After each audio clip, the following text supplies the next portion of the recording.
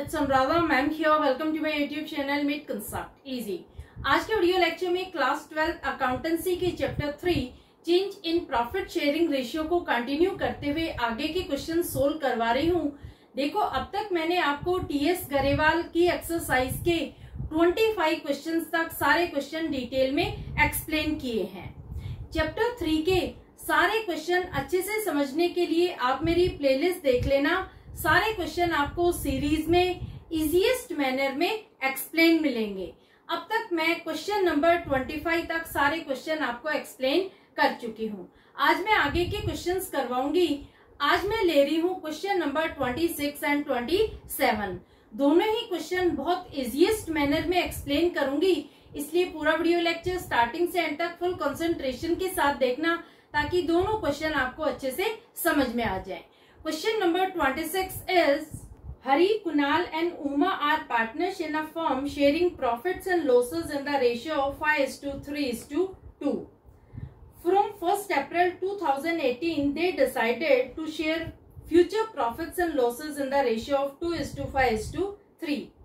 देखो, तीन पार्टनर है, तीनों पार्टनर का ओल्ड रेशियो है 5:3:2 और 1 अप्रैल 2018 से उन्होंने डिसाइड किया है कि फ्यूचर में वो रेशियो चेंज करेंगे। रेशियो होगा 2:5:3।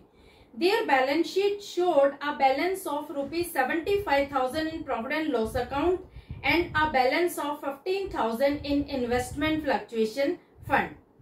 देखो, बैलेंस शीट में 75,000 रुपीज का बैलेंस था प्रॉफिट एंड लॉस अकाउंट में।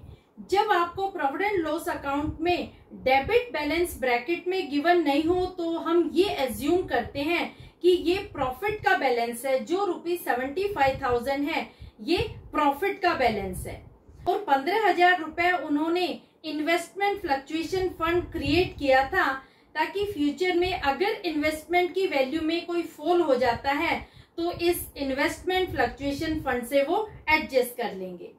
For this purpose, it was agreed that goodwill of the firm was valued at ₹3 lakh. Firm की गुडविल 3 लाख थी। Investment having book value of 50,000 were valued at ₹35,000। देखो, investment जिसकी book value 50,000 है, उसकी market value थी ₹35,000, यानी investment की value में फॉल हो गया। The stock having book value of ₹50,000 be depreciated by 10%. Stock जिसकी बुक वैल्यू 50,000 रुपए थी, उस पर 10% डेप्रिशिएशन चार्ज किया गया, यानी स्टॉक की वैल्यू में भी गिरावट हो गई। Pass the necessary journal entries for the above in books of firm. देखो, यहाँ क्वेश्चन में 4 आइटम गिवन है जिनके लिए हम जर्नल एंट्रीज पास करेंगे। पहला आइटम है profit and loss 75,000 rupees. Question में आपको प्रॉफिट एंड लॉस अकाउंट के लिए कोई भी बैलेंस गिवन नहीं है, यानी ब्रैकेट में ना ही आपको क्रेडिट दिया है ना ही डेबिट। तो आप ये एज्यूम करेंगे कि ₹75,000 प्रॉफिट है। प्रॉफिट एंड लॉस अकाउंट का ये क्रेडिट बैलेंस है। दूसरा आइटम है इन्वेस्टमेंट फ्लक्चुएशन फंड। ये है ₹15,000। ये एक स्पेशल फंड क्रिएट किया गया था, ताकि फ्यूचर में अगर इन्वेस्टमेंट की वैल्यू में कोई फॉल हो जाता है तो इस अमाउंट से उस फॉल को एडजस्ट कर लेंगे। तीसरा आइटम आता है स्टॉक, जिसकी बुक वैल्यू है ₹50,000 और उस पर 10% डेप्रिशिएशन चार्ज करना है। और चौथा आइटम है गुडविल, जिसकी अमाउंट है ₹3 लाख। गुडविल के लिए आपको सैक्रिफाइसिंग रेशियो कैलकुलेट करना होगा। तो ये 4 आइटम है जिनकी हम जर्नल एंट्रीज पास करेंगे। तो सबसे पहली एंट्री हम लेते हैं प्रॉफिट एंड लॉस अकाउंट के क्रेडिट बैलेंस की। देखो, प्रॉफिट एंड लॉस अकाउंट का जो 75,000 रुपीज का क्रेडिट बैलेंस है, इसे हम तीनों पार्टनर्स के बीच में ओल्ड प्रॉफिट शेयरिंग रेशियो में डिस्ट्रीब्यूट करेंगे। तो एंट्री क्या होगी? एंट्री होगी profit and loss account debit to partners capital account. 75,000 rupees को हम हरी, कुणाल और उमा के बीच में डिस्ट्रीब्यूट करेंगे ओल्ड प्रॉफिट शेयरिंग रेशियो में, जो है 5:3:2। तो फर्स्ट एंट्री पास करते हैं। फर्स्ट एंट्री होगी profit and loss account debit amount कितनी है, अमाउंट है ₹75,000 to Harish capital account to Kunal's capital account to Uma's capital account. इनकी अमाउंट कितनी आएगी, 75,000 रुपीज को आप 5:3:2 के रेशियो में डिस्ट्रीब्यूट कर देंगे। तो हरि का कैपिटल अकाउंट कितनी अमाउंट से क्रेडिट होगा, हरि के कैपिटल अकाउंट में अमाउंट आएगी ₹37,500। कुणाल के कैपिटल अकाउंट में अमाउंट आएगी ₹22,500 और उमा के कैपिटल अकाउंट में अमाउंट आएगी ₹15,000। ये जो अमाउंट हमें मिली है, ये 75,000 को हमने ओल्ड प्रॉफिट शेयरिंग रेशियो में तीनों पार्टनर्स के बीच में डिस्ट्रीब्यूट कर दिया, जो है 5:3:2। तो हरि का कैपिटल अकाउंट 37,500 से क्रेडिट हुआ है, कुणाल का कैपिटल अकाउंट 22,500 से क्रेडिट हुआ है और उमा के कैपिटल अकाउंट में अमाउंट आई है ₹15,000। क्लियर। अब देखो, अब हम लिखेंगे इसकी नरेशन। नरेशन क्या होगी, undistributed profit transfer to partners capital account, ये होगी इसकी नरेशन। नरेशन आपको जरूर लिखनी है। क्लियर। तो फर्स्ट एंट्री आपको समझ में आ गई। अब लेते हैं second item, investment fluctuation fund ₹15,000। देखो, पार्टनर्स ने ईयर की स्टार्टिंग में ही प्रॉफिट में से एक रिजर्व क्रिएट किया था ₹15,000 का और उसे नाम दिया था इन्वेस्टमेंट फ्लक्चुएशन फंड। क्योंकि पार्टनर्स को ये डर था कि अगर फ्यूचर में इन्वेस्टमेंट की वैल्यू में कोई फॉल हो जाता है तो इन्वेस्टमेंट फ्लक्चुएशन फंड के अमाउंट से fall in value of investment को एडजस्ट कर लेंगे। और देखो, उनका जो डर था वो बिल्कुल सही साबित हुआ। इन्वेस्टमेंट की बुक वैल्यू थी ₹50,000 और इन्वेस्टमेंट की मार्केट वैल्यू हो गई ₹35,000। यानी जो इन्वेस्टमेंट उन्होंने 50,000 रुपए में परचेज किए थे, अब उनकी मार्केट वैल्यू हो गई है ₹35,000। यानी इन्वेस्टमेंट की वैल्यू में गिरावट हो गई, इन्वेस्टमेंट की वैल्यू में फॉल हो गया। कितनी अमाउंट से फॉल हुआ, 50,000 में से जब आप 35,000 माइनस करेंगे तो fall in value of investment आएगी ₹15,000। 15,000 रुपए से इन्वेस्टमेंट की वैल्यू में गिरावट हो गई। अब देखो, उन्होंने पहले से ही इन्वेस्टमेंट फ्लक्चुएशन फंड क्रिएट कर रखा था जो था ₹15,000। तो इस अमाउंट को वो यूटिलाइज करेंगे ताकि fall in value of investment को एडजस्ट किया जा सके। तो सेकेंड एंट्री क्या होगी, सेकेंड एंट्री होगी investment fluctuation fund account debit to investment account और अमाउंट होगी ₹15,000। तो आप एंट्री लिखेंगे investment fluctuation fund account debit, amount कितनी है, अमाउंट उन्होंने क्रिएट की थी ₹15,000 टू इन्वेस्टमेंट अकाउंट। इन्वेस्टमेंट को हम क्रेडिट क्यों कर रहे हैं, क्योंकि इन्वेस्टमेंट की वैल्यू में फॉल हुआ है, इन्वेस्टमेंट की वैल्यू में गिरावट हुई है, एसेट की वैल्यू में डिक्रीज हुआ है। और जब कोई भी एसेट डिक्रीज होती है तो उसे हम हमेशा क्रेडिट करते हैं। तो यहाँ पर डिक्रीज कितनी अमाउंट से हुआ है, डिक्रीज हुआ है ₹15,000 से, तो हम लिखेंगे ₹15,000। नरेशन होगी fall in value of investment, fall in value of investment adjusted through investment fluctuation fund. ये होगी इसकी नरेशन। समझ में आई ये एंट्री आपको। देखो, इस एंट्री में क्या है कि जो इन्वेस्टमेंट फ्लक्चुएशन फंड पार्टनर्स ने क्रिएट किया था ₹15,000 का, वो इस पर्पस के लिए क्रिएट किया था कि अगर फ्यूचर में इन्वेस्टमेंट की वैल्यू में कोई फॉल हो जाता है, कोई डिक्लाइन हो जाता है तो इस अमाउंट से हम full in value of investment को एडजस्ट कर देंगे।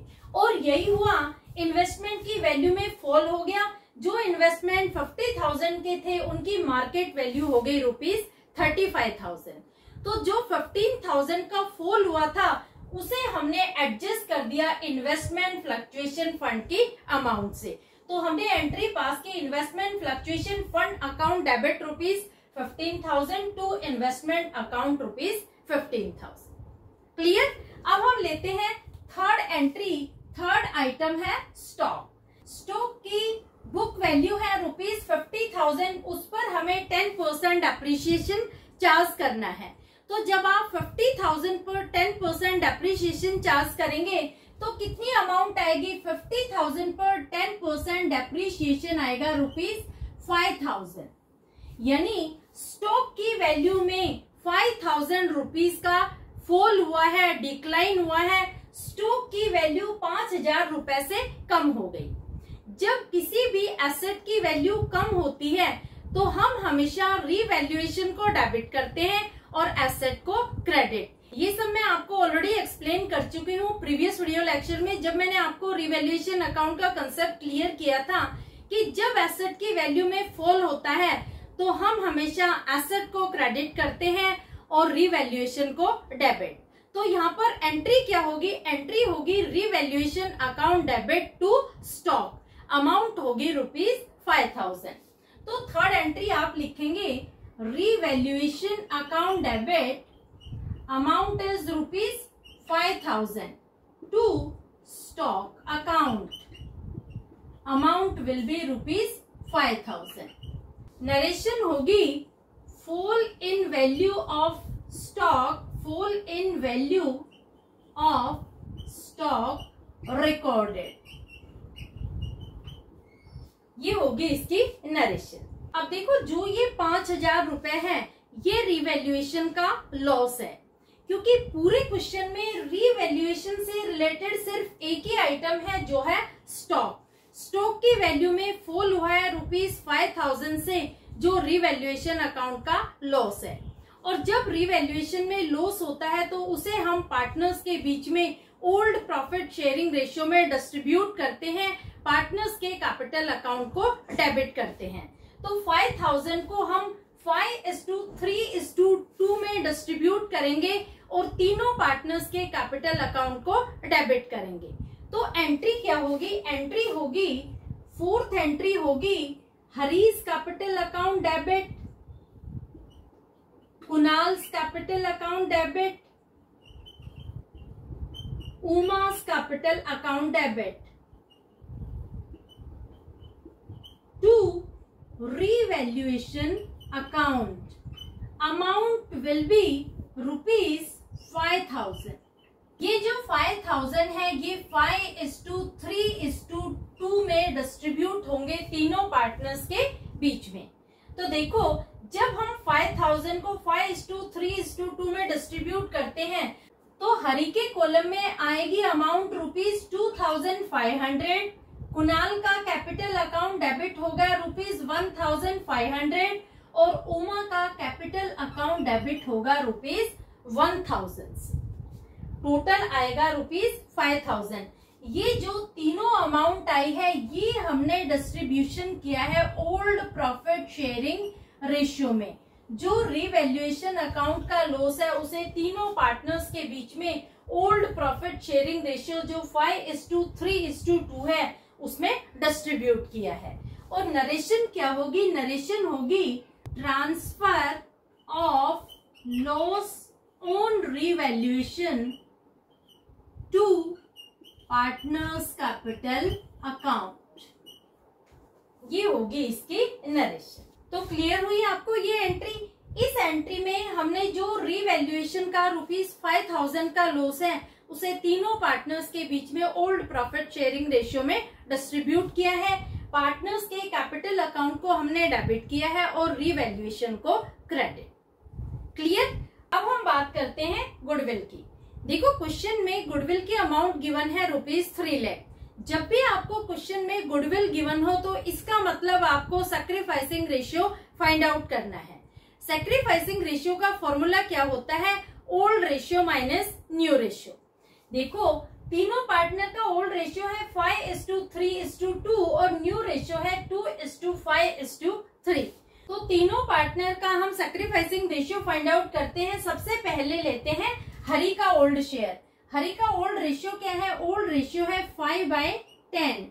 इसमें से न्यू रेशियो हम माइनस करेंगे जो है 2/10, तो हरि का शेयर आएगा 3/10। देखो जब आपको आंसर पॉजिटिव मिलता है इसका मतलब पार्टनर ने सैक्रिफाइस किया है, तो आप ब्रैकेट में लिख देंगे सैक्रिफाइस।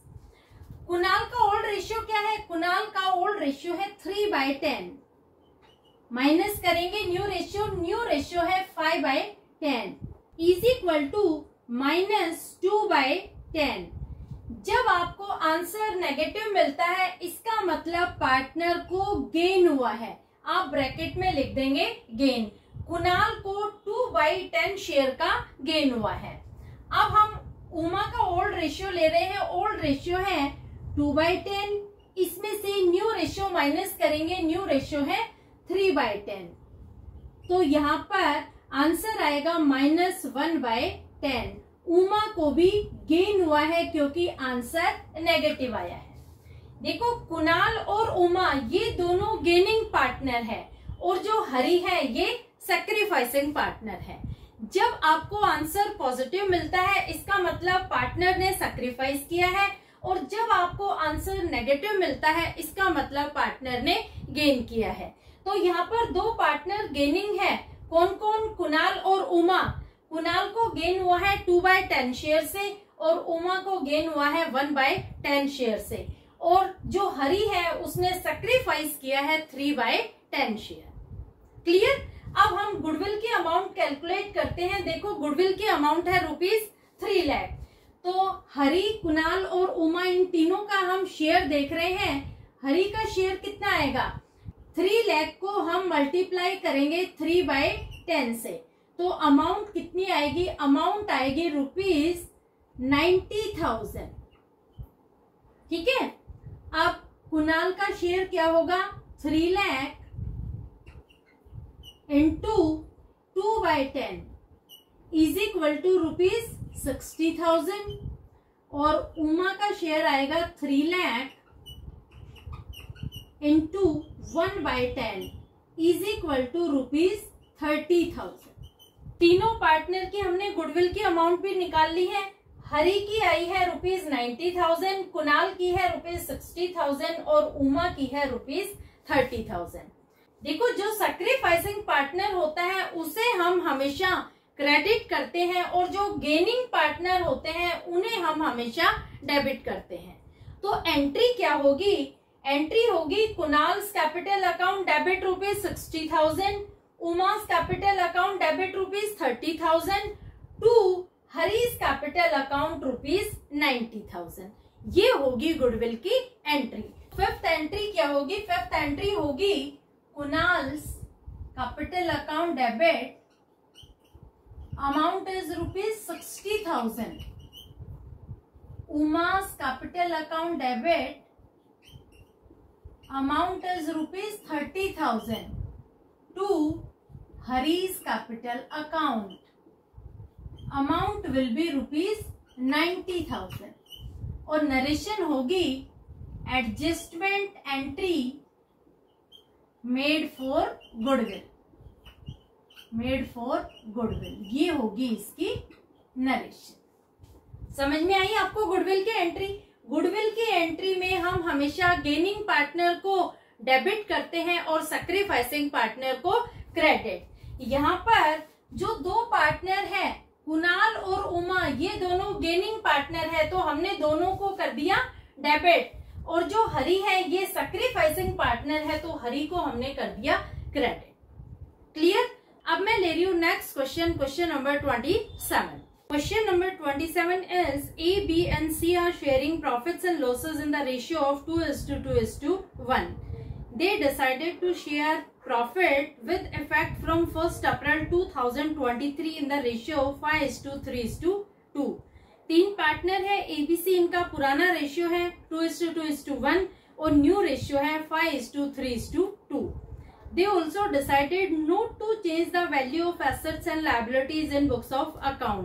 देखो इस लाइन को आप अंडरलाइन कर लेना, क्योंकि इस लाइन का मतलब ये है कि पार्टनर्स ने ये डिसाइड किया है कि revised value of asset and liabilities को बैलेंस शीट में शो नहीं करेंगे।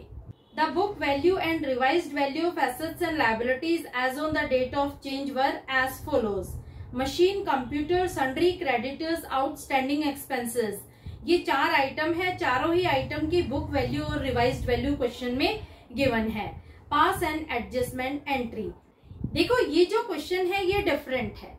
इस क्वेश्चन में क्या है कि पार्टनर्स ने डिसाइड किया है कि revised value of assets and liabilities को बुक्स ऑफ अकाउंट में नहीं दिखाया जाएगा। तो इस सिचुएशन में हम क्या करते हैं कि जो भी रिवैल्यूएशन का प्रॉफिट और लॉस होता है उसे हम पार्टनर्स के कैपिटल अकाउंट से एडजस्ट करते हैं by passing a adjustment entry. यहाँ पर आपको 4 आइटम गिवन है, मशीन, कंप्यूटर, क्रेडिटर और आउटस्टैंडिंग एक्सपेंसेस। चारों ही आइटम की बुक वैल्यू और मार्केट वैल्यू गिवन है। मशीन की जो बुक वैल्यू है वो है ₹2,50,000 और रिवाइज्ड वैल्यू है 3 लाख। कंप्यूटर की बुक वैल्यू है 2 लाख, रिवाइज्ड वैल्यू है 1,75,000। क्रेडिटर्स की बुक वैल्यू है 90,000 और रिवाइज्ड वैल्यू है 75,000। आउटस्टैंडिंग एक्सपेंसेस की बुक वैल्यू है 15,000 और रिवाइज्ड वैल्यू है 25,000। देखो इस क्वेश्चन में आपको क्या करना है कि हर आइटम के लिए सेपरेट एंट्री पास नहीं करनी, क्योंकि आपको लास्ट में एक लाइन दी गई है कि आपको एक एडजस्टमेंट एंट्री पास करनी है। तो इस क्वेश्चन को आप कैसे सोल्व करेंगे? इसे सोल्व करने के लिए आपको 4 स्टेप ध्यान रखनी होगी। पहली स्टेप में क्या करेंगे? Calculation of net effect of revaluation.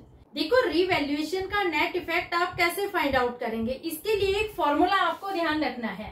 Formula क्या है? Increase in value of asset add decrease in value of liability less decrease in value of asset less increase in value of liability. देखो जो भी आपको question में increase in value of asset given है उसमें आप decrease in value of liability को add कर देंगे, decrease in value of asset को लेस करेंगे, increase in value of liability को लेस करेंगे, तो आपको नेट इफेक्ट मिलेगा रिवैल्यूएशन का। तो सबसे पहले हम फर्स्ट स्टेप कैलकुलेट करते हैं। देखो क्वेश्चन में 4 आइटम गिवन है, इसमें 2 एसेट है और 2 लायबिलिटी। पहली एसेट क्या है? एसेट है मशीनरी जिसकी बुक वैल्यू है 2,50,000 और मार्केट वैल्यू है ₹3 लाख। यानी मशीन की वैल्यू में इंक्रीज हुआ है, मशीन की जो रिवाइज्ड वैल्यू है वो बढ़ गई है। कितनी रिवाइज्ड वैल्यू है? ₹3 लाख और बुक वैल्यू है 2,50,000, तो 50,000 का इंक्रीज हुआ है। तो सबसे पहले हम लिखेंगे increase in value of asset जो है मशीन, अमाउंट है ₹50,000। अब देखो दूसरा आइटम ऐड क्या करना है? Decrease in value of liability. देखो यहाँ पर 2 लायबिलिटी गिवन है, एक है क्रेडिटर, दूसरी है आउटस्टैंडिंग एक्सपेंसेस। कौन सी लायबिलिटी में डिक्रीज हुआ है? क्रेडिटर्स की बुक वैल्यू है 90,000 और रिवाइज्ड वैल्यू है 75,000। इसका मतलब क्रेडिटर्स की रिवाइज्ड वैल्यू में डिक्रीज हुआ है, लायबिलिटी डिक्रीज हुई है, तो इसे हम करेंगे ऐड। कितनी अमाउंट से हम ऐड करेंगे? अमाउंट होगी ₹15,000। 90,000 में से जब आप 75,000 डिडक्ट करेंगे तो आपको बैलेंस मिलेगा ₹15,000, इसे हम कर देंगे ऐड। अब देखो तीसरा आइटम आता है less decrease in value of asset. Asset क्या है? एसेट है कंप्यूटर, कंप्यूटर की बुक वैल्यू है 2 लाख और मार्केट वैल्यू है 1,75,000। यानी कंप्यूटर की वैल्यू में गिरावट आ गई। कितनी अमाउंट से गिरावट आई है? 2 लाख में से हम 1,75,000 डिडक्ट करेंगे तो डिफरेंस आएगा ₹25,000, इसे हम करेंगे माइनस। और लास्ट आइटम है increase in value of liability. यहाँ पर एक ही आइटम बचा है जो है आउटस्टैंडिंग एक्सपेंसेस, जिसकी बुक वैल्यू है ₹15,000 और रिवाइज्ड वैल्यू है ₹25,000। यानी आउटस्टैंडिंग एक्सपेंसेस इंक्रीज हो गई ₹10,000 से, तो इस अमाउंट को भी हम डिडक्ट करेंगे। ये भी माइनस का आइटम है। अब देखो, जब आप सारी कैलकुलेशन कर लेंगे प्लस माइनस, तो आपको प्रॉफिट मिलेगा ₹30,000 का। ये क्या है? ये रिवैल्यूएशन का प्रॉफिट है। समझ में आया? तो सबसे पहले तो आपको रिवैल्यूएशन का नेट इफेक्ट फाइंड आउट करना होगा। ये होगी इसकी फर्स्ट स्टेप। सेकंड स्टेप में आप क्या करेंगे? कैलकुलेशन ऑफ सैक्रिफाइस्ड और gained profit share of each partner. अब आप तीनों पार्टनर का सैक्रिफाइस्ड और गेन्ड प्रॉफिट शेयर कैलकुलेट करेंगे। तो फॉर्मूला वही है, old ratio minus new ratio. सबसे पहले ए का शेयर निकालते हैं। ए का ओल्ड रेशियो क्या है? 2/5 माइनस न्यू रेशियो है 5/10। एलसीएम लेंगे, एलसीएम आएगा 10। 5 2 10, 2 2 4 minus 5 is equal to minus 1/10। Answer अगर नेगेटिव आता है, इसका मतलब पार्टनर को गेन हुआ है। बी का शेयर निकालते हैं। बी का ओल्ड रेशियो क्या है? 2/5 माइनस न्यू क्या है? न्यू है 3/10 माइनस 3/10। एलसीएम लेंगे, एलसीएम आएगा 10। 5 2 10, 2 2 4 माइनस 3 इज इक्वल टू 1/10। जब आपको आंसर पॉजिटिव मिलता है, इसका मतलब पार्टनर ने सैक्रिफाइस किया है। सी का शेयर निकालते हैं। सी का ओल्ड रेशियो क्या है? सी का ओल्ड रेशियो है 1/5 और न्यू है 2/10 माइनस 2/10। एलसीएम लेंगे, एलसीएम आएगा 10। 2 माइनस 2 इज इक्वल टू निल। ए क्या है? ए गेनिंग पार्टनर है और बी है सैक्रिफाइसिंग पार्टनर। सी ने ना ही कोई गेन किया है, ना ही सी को कोई सैक्रिफाइस हुआ है। क्लियर? ये थी इसकी सेकंड स्टेप। सेकंड स्टेप में हमें हर पार्टनर का गेन्ड और सैक्रिफाइस्ड प्रॉफिट शेयर कैलकुलेट करना होता है। क्लियर? अब आती है स्टेप नंबर 3। थर्ड स्टेप क्या होगी? Calculation of proportionate amount of share of gain on revaluation. Revaluation में हमें जो भी गेन हुआ है, उस गेन की अमाउंट का हम प्रोपोर्शनेट शेयर निकालेंगे। यानी जिस पार्टनर ने सैक्रिफाइस किया है उसका कितना शेयर होगा और जिस पार्टनर को गेन हुआ है उसका कितना शेयर होगा। तो देखो, यहाँ पर ए ने गेन किया है 1/10 शेयर और बी को सैक्रिफाइस हुआ है 1/10 शेयर का। सी ने ना ही कोई सैक्रिफाइस किया है और ना ही सी को कोई गेन हुआ है। देखो, पहले हम निकालते हैं ए का शेयर। ए का शेयर कैसे निकालेंगे? प्रॉफिट की अमाउंट कितनी है? ₹30,000।